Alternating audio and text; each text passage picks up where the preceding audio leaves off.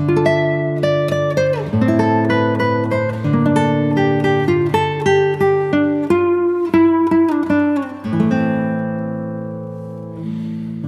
right, we are continuing down our delicious journey of holiday cooking. And breakfast is something I think we need to focus on today because, look, I don't know about you guys, around the holidays, we have way too many people eating at every single meal. It's all family, there's a lot of us, and we come downstairs and we're hungry and impatient. Well, they're hungry and impatient. I've been downstairs making food with my grandmother and my mom. But the point is, we like to turn out really nice, big batch things that still feel contained, easy to eat, delicious, can feed a crowd.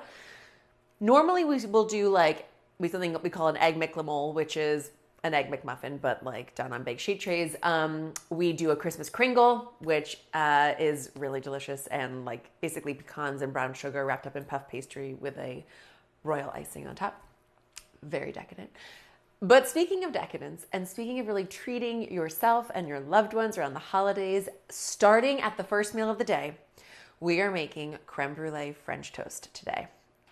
And it is every bit as insane sounding as that title. Creme Brûlée, meaning you get that crusty, burned caramel sugar situation happening on top, brown sugar, that just gets that wonderful like crispness to it from the flames over top. Custardy, gorgeous French toast made on couple-day-old brioche. You want stale brioche. This is an amazing meal that you can make ahead. Harness bread that may have had a chance to go past its prime and is a little dried out. Uses the most simple assortment of ingredients, but yields tremendous, like outsized, insane celebratory flavor. I am so excited, which is why I won't stop talking. So I'm going to stop talking and we are going to make this truly epic Creme Brûlée French Toast. I'm going to be making it for Christmas breakfast, and I hope you will too. You could make this day of, that's totally fine. But the reason I like to let it sit in the fridge covered 8 hours overnight is I can do it the night before, and then breakfast is very easy in the morning, and the smell is beyond. But I also do it because the more time the bread has to really drink up and soak in that flavor from the eggs and flavor from the milk and really just bring it into its matrix, then you get infinitely more luxurious French toast. Let's make it because it's so easy. That's another thing. You could have someone else make this. This is easy enough. You could delegate it.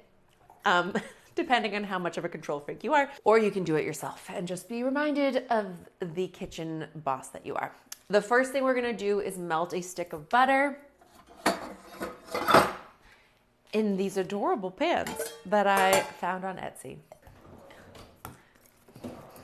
Placed in your pan, placed over a medium, I'm gonna go with like a medium heat right now because I actually want the butter, it's a beauty of a copper pan. The conductivity is insane. It's already starting to melt and heat up here at the bottom.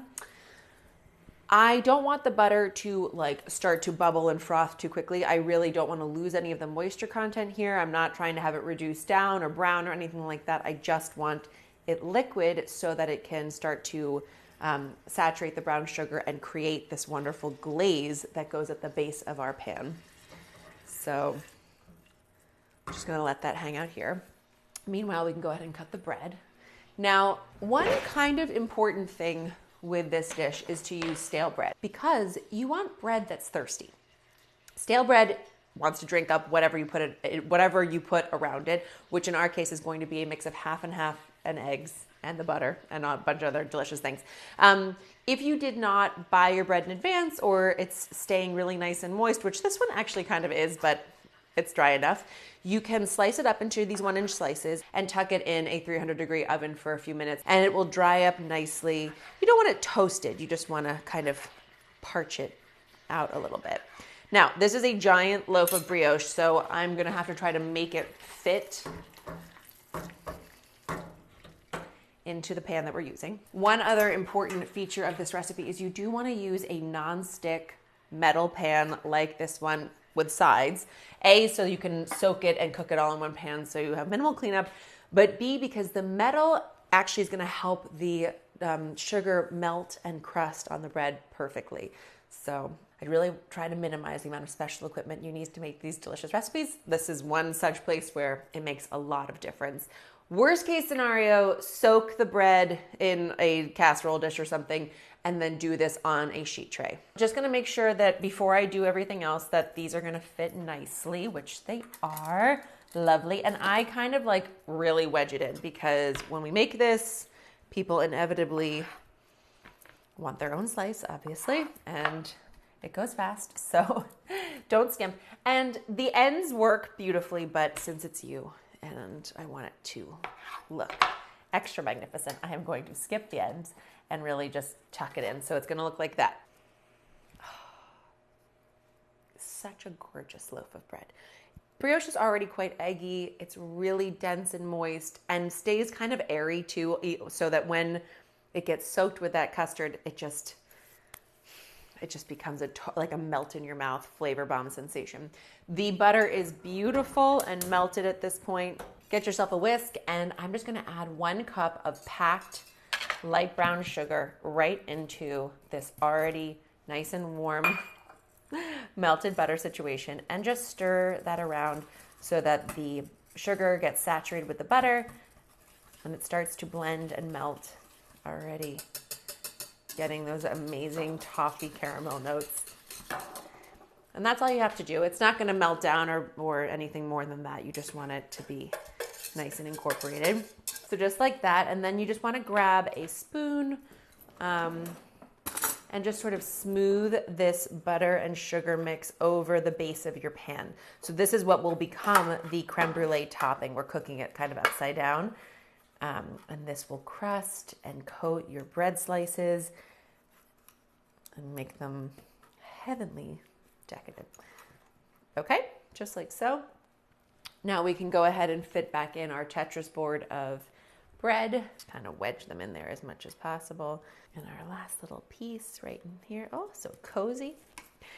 Now all that is left to be done is to whip up our quick custard base. And that's the other thing that's really nice is inevitably I am doing this at like 11 p.m. after everyone's asleep and we're getting ready for breakfast the following morning. It's just, you could do this with your eyes shut. It's very easy. So 3 eggs. Oh, that was ugly. One more time. One more chance. Oh, that was the worst yet. Oh, terrible. That's what I get for trying to show you my skills. And to that, I'm going to add my flavorings. So I have a nice splash, probably 2 teaspoons of vanilla extract, some nutmeg. Nutmeg is something that I think does add a little je ne sais quoi. It does add a little like peppery spice note, obviously reminiscent of your pumpkin spice, etc. But it can be a little bit overwhelming. So I don't go heavy on that, maybe like 1/8 of a teaspoon, just a couple hits of nutmeg.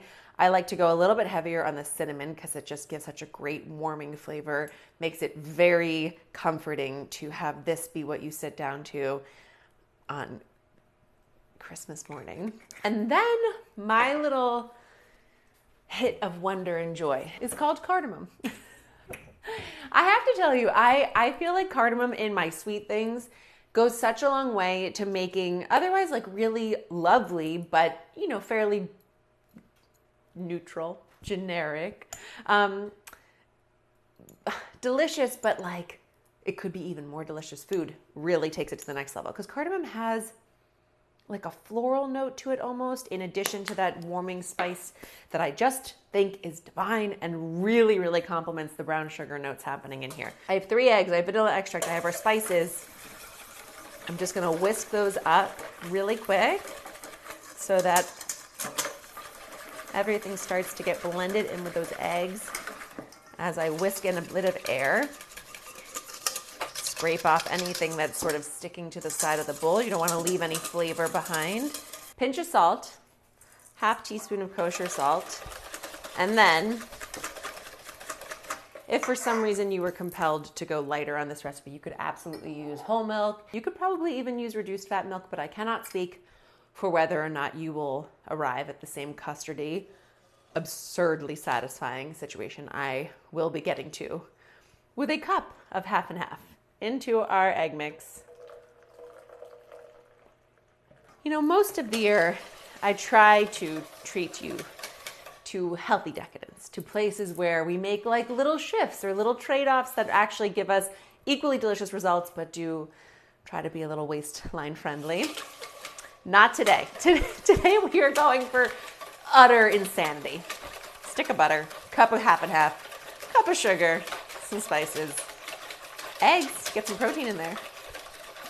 And that is our custard. This gets poured over our gorgeous slices of brioche bread and just sort of splash it around. It's bath time in the best of ways. And I just sort of push the fluid around to make sure that all sides of the bread are getting a fair share of luxury in this cream and sugar and butter and all the good stuff. Now what we're going to do is actually just cover this up, some saran wrap or tin foil, and tuck it in your fridge for 8 hours. Let it soak, let it drink up all that flavor. Tomorrow morning you'll take it out and you want it to rest half an hour on your counter before you pop it into the oven. That's going to let it help take off some of the chill from the fridge and make it so that the pan is okay going into the oven from being cold overnight, and make it so that it cooks evenly and perfectly and beautifully. Obviously, I'm not going to make you wait overnight. Here's the one I did yesterday. And you can see what's kind of amazing, all the juiciness of the milk happening here, where on the one that I let sit overnight, all of that milk has been completely drunk up by the bread. This is a heavy sucker. Let me just tell you, this is like, this, I'm gonna go with like a 7-pound weight lift here. This goes into a 400-degree oven, 25, 30 minutes. We're gonna know when it's ready because all of a sudden this perfume, this aroma of vanilla will be hitting my whole kitchen. The bread will be golden brown and starting to turn a little bit crackly in places, especially on the underside. I will show you one additional step if you want to take it to the next level of crisp creme brulee topping. But that's really all the skill needed to make this utterly delicious holiday breakfast. I cannot even begin to describe to you the level of deliciousness perfuming my home right now. It is so fragrant, warm, cozy, inviting, delicious scenting. I can only imagine what it's going to eat like. Check out how golden brown. Oh, wait, the noise.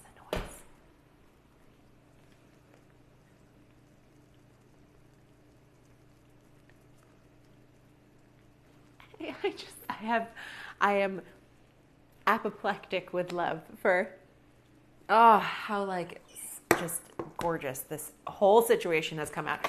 Golden brown crisp topping here that actually has like a bit of puff and give to it, which is how you know the eggs and the milk sort of expanded inside with the steam as it was cooking underneath the outer layer of the bread. The bread is golden brown, has some really nice texture on it. And then let us not forget the brown sugar crust that is underneath. You serve this dish flipped. So when you scoop the toast out, you're going to turn it over and then you get that gorgeous crisp coating on top.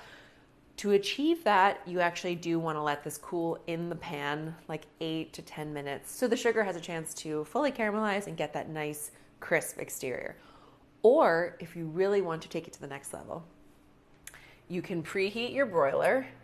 You can grab yourself a pan and we are going to go one layer up in the oven and have a little broil session so that the sugar continues to crisp and give us that true creme brulee experience. Oh my gosh, are you kidding me right now? And this is truly just extra. You do not need to do this if you want to just get right to business, but it's the holidays after all. Let's take it to the nth degree of food joy. And all the sugar lifted up off the pan for the most part with our pieces of toast. But if you have anything here at the bottom, don't leave it behind. First of all, because you'll make your life unnecessarily difficult when it comes to cleanup. But second of all, because it's flavor. Add it to the pan. This is going to go under the broiler. When I tell you 1 minute, I do very seriously mean 1 minute. Do not make the mistakes I have made. Guys, tragedy has ensued. Maybe you can tell. I can't tell what's registering on the camera. My kitchen is full of smoke. You know what I did? I made the cardinal sin of broilers. I walked away. I read an email. I literally tuned out for 1 whole minute and all of a sudden, I have completely charred to a crisp overnight creme brulee French toast.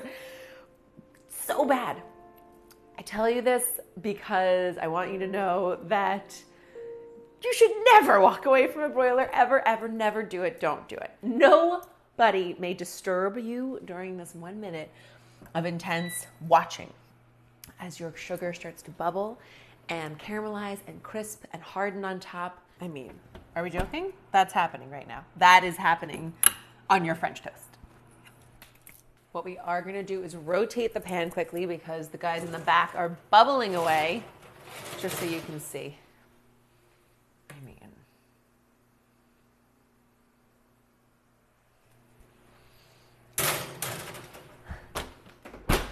15 seconds. No moving. Please observe the crackling and the caramelizing. Oh my gosh. The bubbling. Are we joking right now? Are we joking? Okay, now we are going to let it rest for a few minutes till that searing hot sugar cools down just a little, which will give us that really lovely creme brulee coating that we're hoping for as it cools and crisps just a bit more. Okay, we're waiting. We are waiting. Let's taste it, shouldn't we? Come listen to the knock, knock, knock on heaven's door. Lacy, crispy creme brulee exterior, hiding the most plush, insane French toast you've ever had. Please look at this custard experience on the inside. The brioche soaked up all the egg and the half and half. It's also really nice because obviously there's a lot of sweetness concentrated on the surface with that creme brulee. But inside it's very like fragrant and just a little bit eggy from that bread and more of the savory notes coming through. Beautifully balanced. Ultra decadent. Ultra delicious. Pretty easy, especially when you don't burn the toast. Creme brulee French toast for you.